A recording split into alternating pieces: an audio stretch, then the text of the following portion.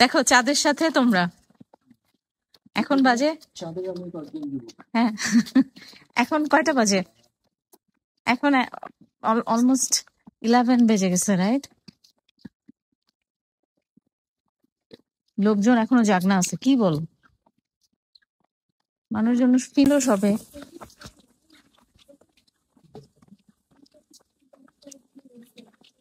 ওই দেখো সামনে কতজন হেঁটে যাচ্ছে দেখছো আমাদের সাথেই সবাই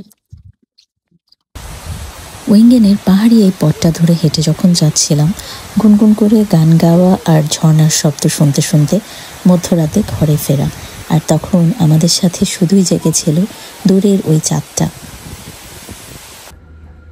আজ এই ভিডিওতে থাকছে সুইজারল্যান্ডের ইয়াংফ্রা, যেটাকে বলা হয় টপ অফ ইউরোপ।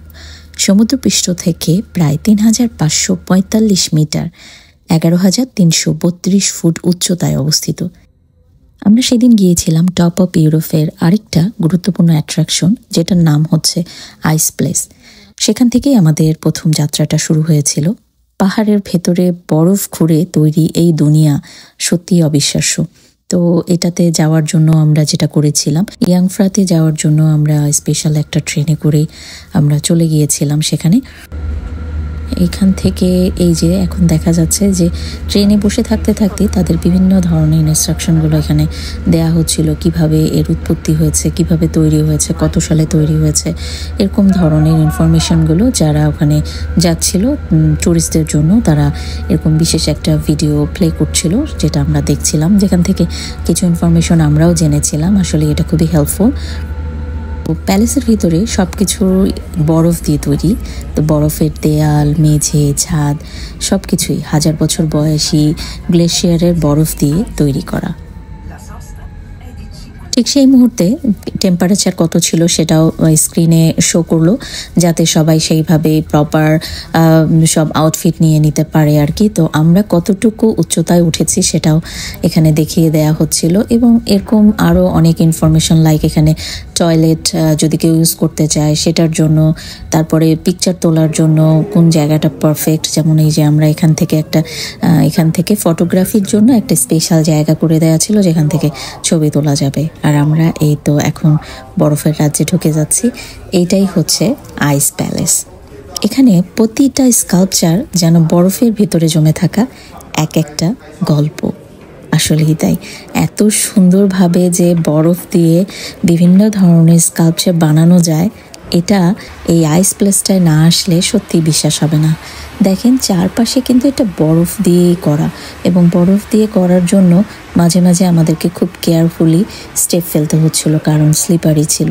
তো এই জন্য যারা এরকম জায়গায় আসবেন লাইক আইস প্যালেসে, প্রপার তাদের অবশ্যই আউটফিটটা হতে হবে, এবং যাতে আইসে হাঁটার মতন শুটাও মানে অ্যাপ্রোপ্রিয়েট একটা শু রাখতে হবে নিজের সাথে, যেটা দিয়ে সেই আইস প্লেসে যাতে যাওয়ার পরে কেউ স্লিপ না করে। আইস প্লেসে আসছি আমফ্রাতে, অনেক ঠান্ডা রাইট। আর তুই টুপি পরতে চাচ্ছিল না, এটা দেব। Yes, you can. You can.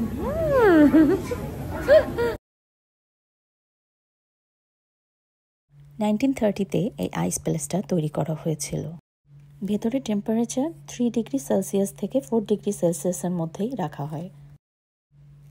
এখানে চারপাশে বরফ এত পরিষ্কার ও স্বচ্ছ, মনে হয় কাঁচ দিয়ে ঘেরা একটা দুনিয়ায় হাঁটছি। ইয়াংফ্রার যে রেল রোড ধরে আমরা আসলাম সেটা ৩,৪৫৪ মিটার উচ্চতায় কক হুইল ট্রেনে করে পৌঁছাতে হয়। মানে এই আইস প্লেসে আসতে হলে এবং ইয়াংফ্রাতে টপ অফ ইউরোপে আসতে হলে এই কক রেলের মাধ্যমে আসতে হবে, এবং এটি হচ্ছে বিশ্বের উচ্চতম রেল স্টেশন। তো এখানে আইস প্লেসটাকে দেখে বারবার আমার একটা কথাই মনে হচ্ছিল যে এই আইস প্লেস হচ্ছে বরফের ভেতরে তৈরি করা এক জাদুর শহর।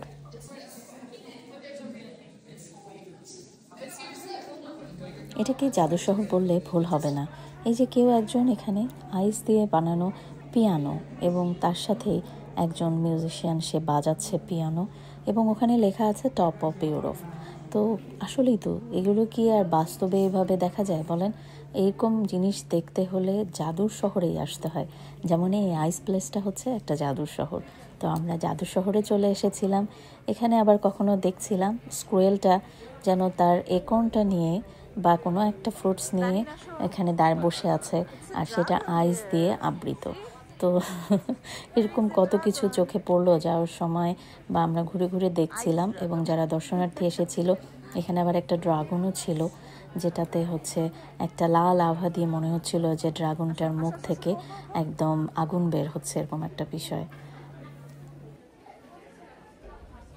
সুইজারল্যান্ডের ইয়াংফ্রাতে যারা যাবেন তাদেরকে আমি ডেফিনেটলি রেকমেন্ড করব, একটু সময়ের জন্য হলেও আইস প্লেসটা কিন্তু ঘুরে যেতে ভুলবেন না। ভালো থাকবেন সবাই, আবার নতুন কোনো ভিডিও নিয়ে চলে আসবো।